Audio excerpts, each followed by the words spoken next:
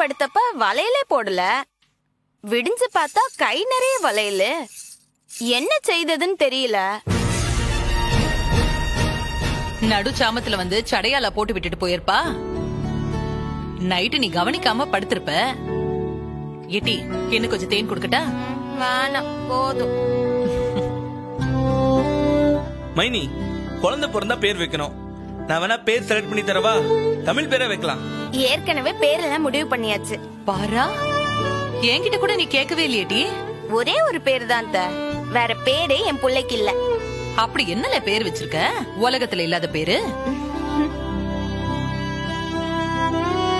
மைனி, எங்களுக்கும் கொஞ்சம் இந்த பேரை சொல்லுங்களேன்.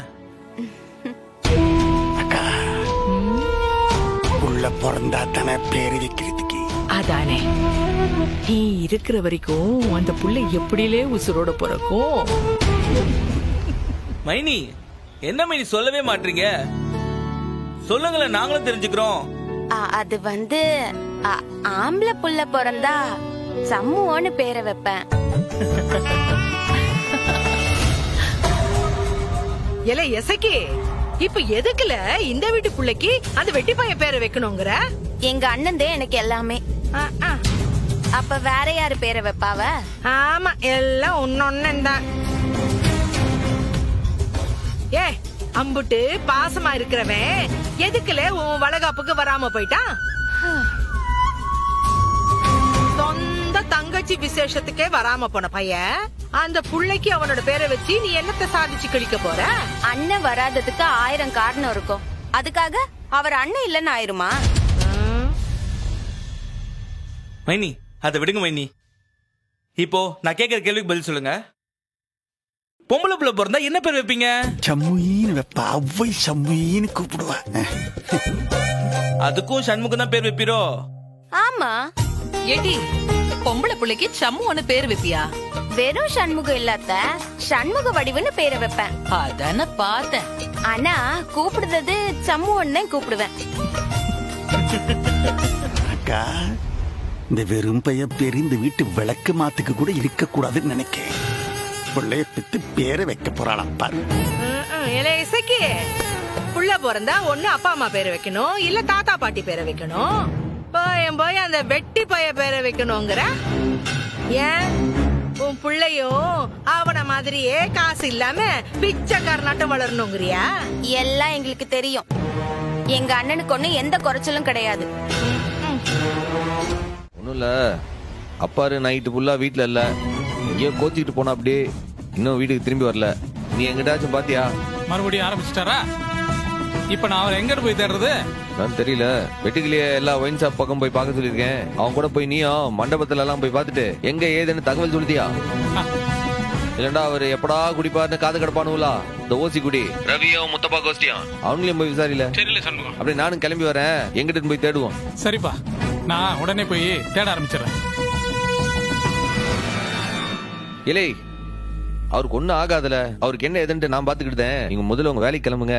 அததான் நானும் சொல்லிட்டு இருக்கேன், கேட்க மாட்டேங்கிறாங்க. அண்ணா, நான் வேணா லீவ் போட்டுட்டு அப்பாவை தேடவா? எதுக்கு? எத்தனை நாள் லீவ் போட்டு இங்கே சுத்திட்டு இருப்ப நீ? நீ முதல்ல கிளம்பல. இல்ல கனி, நீயும் பள்ளிக்கூடத்துக்கு போனோம்ல, கிளம்பு. அண்ணன் பாத்துக்கிட்டோம்ல, நான் போய் கூட்டு வரேன் அவரை போய்.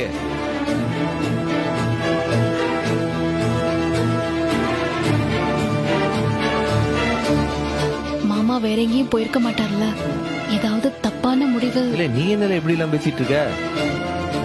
ஒரு கோவம்லாம் போதை இறங்குற வரைக்கும் தான். நீயும் தேவையில்லாம அவங்கள மாதிரி குழம்பாம போய் கிளம்பல. சரி, ஒரு 5 மினிட்ஸ் இரு, காஃபி எடுத்துட்டு வரேன்.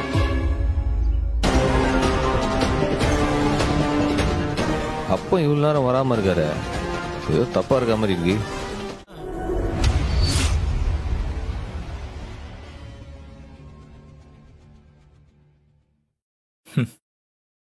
மா வந்துடுச்சுமா.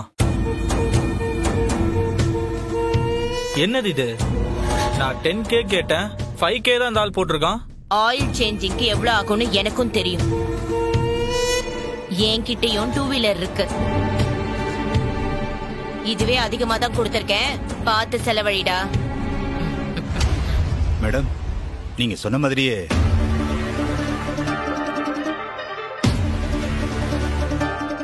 என்னம்மா ஏதாவது முக்கியமான வேலையா? எஸ். உன் வேலை முடிஞ்சதுல நீ கிளம்பு. ஓகேம்மா, பாய். பாய் பாய். இப்ப சொல்லு. தூக்கியாச்சு மேடம். இப்ப எங்க இருக்க அந்த கிழவ? தெற்கு தேரி காட்டுக்குள்ள ஒரு அபார்ட்மெண்ட் பில்டிங்ல வச்சிருக்கோம் மேடம். குட். நைட் ஆகட்டும், யாருக்கும் தெரியாம அந்த ரத்னம் ஸ்டேஷன் லிமிட்ல இருக்கிற ஏதாவது ஒரு மரத்துல தூக்குல தொங்க விட்டு கொன்று. அதோட நோக்கம் அத பார்த்தா தற்கொலைங்கிறது தெரியணும். அது ரொம்ப முக்கியம். மேடம், வயசான ஆளு கொல்லணுமா? இன்ஸ்பெக்டர் பெருமன் மேடம், உங்க ஹஸ்பண்ட் எப்படி செத்தார்னு தெரியுமா? சூசைடுன்னு இல்ல, கொலை. யாரு கொன்னான்னு தெரியுமா? யார் மேடம்? திருச்செந்தூர் பஞ்சாயத்து பிரசிடென்ட், அந்த சப் இன்ஸ்பெக்டர் வீரலட்சுமியோட அண்ணன், தர்மகர்த்தா பரணியோட ஹஸ்பண்ட், அந்த சண்முகம் தான். சண்முகமா? அவனா? ஆனா சூசைடுன்னு நேரடியா கொல்றது மட்டும்தான் கொலையா? ஒரு மனுஷனை தற்கொலை பண்ண தூண்டினாலும் அது கொலைதான். புரியுதா? சட்டத்தால அவனை தண்டிக்க முடியாது, ஆனா இந்த வைஜெயந்தி அவனை சும்மா விட மாட்டா. என் புருஷனோட ஒரு உசுருக்கு அவன் நிறைய உசுர பலி கொடுக்கணும். என்ன புரியுதா? Yes madam. நான் இந்த ஊருக்கு டிரான்ஸ்பர் வாங்கிட்டு வந்த நோக்கமே அவனை பழி வாங்கதான். கிழவனா பார்க்காத, அந்த சண்முகத்தோட அப்பனா பாரு. என்ன? Yes madam.